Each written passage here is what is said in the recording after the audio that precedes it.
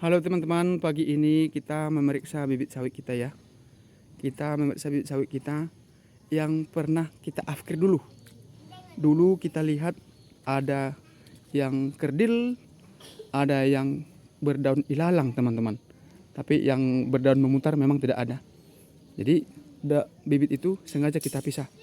Nah, bukan di hamparan ini ya, bukan.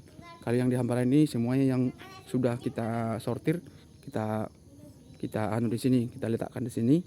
Bagian yang kita sortir, yang bekas-bekas, yang kerdil-kerdil di sana teman-teman. Oke, mari kita lihat. Nah, inilah dulu perkembangan bibit sawit kita waktu di polybag kecil, kurang normal teman-teman. Tapi setelah besar, sekilas agak lumayan teman-teman. Tapi kalau tidak ada pembanding ya, kalau orang yang belum pernah tahu, belum pernah ke sini, mungkin kalau ditanya, "Wih, bagus bibitnya." Gitu. Tapi karena tidak ada pembanding, karena kita tahu sejarahnya, karena ada pembandingnya teman-teman, akhirnya bibit yang sebagus ini pun sudah kita anggap afkir juga kan gitu, bibit yang sebagus ini. Jadi kadang kita kalau di pembibitan orang ditawari atau dikasih tahu bibit, ini kategori yang bagus juga. Padahal mereka tidak tahu sebelumnya dari pembibitan sewaktu di baby bag kan gitu. Dari pembibitan sewaktu di baby bag seperti apa penampakannya. Mereka tahunya sudah besar. Padahal di waktu kecil pun sudah ada ciri-ciri dari segi bentuk fisik, dari segi bentuk yang lainnya teman-teman. Memang dari sini inilah yang kita kan beda kan teman-teman penampakannya. Beda. Ini yang kita afkir tadi. Sebagai informasi teman-teman, inilah bibit sewaktu kecil. Padahal bagus kan teman-teman? Bagus teman-teman kan? Ini bagus nih. Kalau orang ini, bagus bibitnya katanya. Tapi sengaja saya pisah ini. Orang nanya-nanya kita, ngapa dipisah? Padahal bagus katanya. Ini sewaktu masih kecil teman-teman. Ini berdaun ilalang. Biar kita tahu ya. Jadi jangan terkecoh. Jadi itu makanya pentingnya kita pembibitan dari kecambah teman-teman. Biar kita tahu sejarah awalnya. Iya teman-teman. Dari bongkol ya lumayan. Bisa standar ini, standar minimal berapa ini? Tingginya ini teman-teman asal kita tahu 40-an.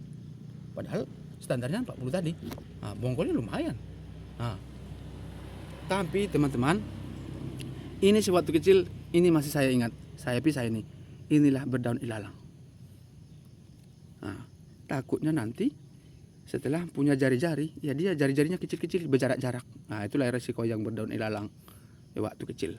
Jadi kalau kita tidak punya pembibitan, tidak bibit sendiri, kecambah sendiri dari kecil, kita tidak tahu kan begitu. Tapi kalau sudah mengalami dari kecil, memeriksa dari kecil, kita bisa membedakan. Walaupun penampakan bibit sawit itu, ini bagus. Akhirnya kita ambil, kita bawa ke ladang. Tidak tahunya beda. Bisa jari-jarinya jadi kecil, berjarak-jarak jari-jarinya nanti di lapangan. Dan memang ini kalau dia sudah berdaun ilalang dari awal, dari waktu polybag kecil sampai seterusnya pun berdaun ilalang, akhirnya kita bisa jadi terkejut.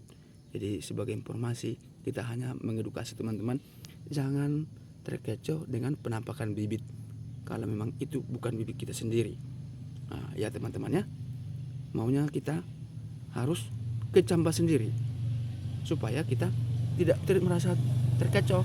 Kadang setelah besar dirawat oleh tukang rawat bibit bagus, yang daun ilalang pun bisa jadi bagus di sewaktu pembibitan teman-teman.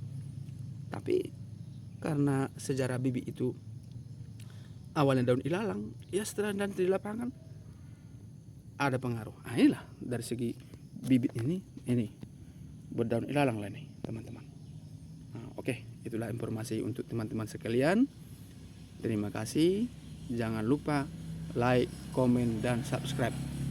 Terima kasih.